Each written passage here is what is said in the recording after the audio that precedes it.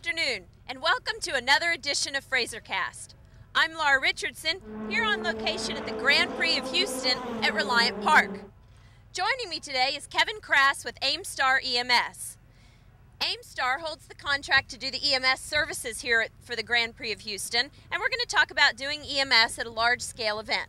Welcome, Kevin. How are you doing? Great.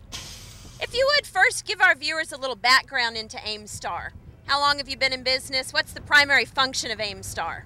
Well, AEMSTAR EMS has started about 2 years ago by a gentleman named James Pierce, and we're based on the southwest area of Houston, more towards Stafford, and we are a private service ambulance that deals with mostly hospital transfers with critical care emergencies, and we also do emergencies for some nursing homes and occasionally a private residence as well.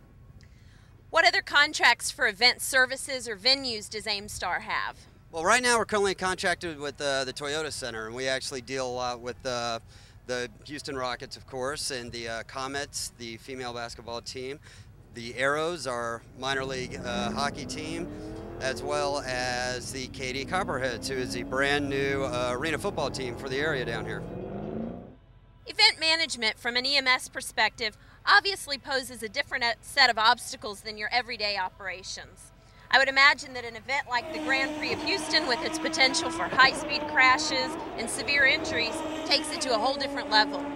If you could, give us a look into some of the most pressing issues you have to prepare for at the Grand Prix and compare it to an event like maybe the Astros or, the Rockets or the Arrows games.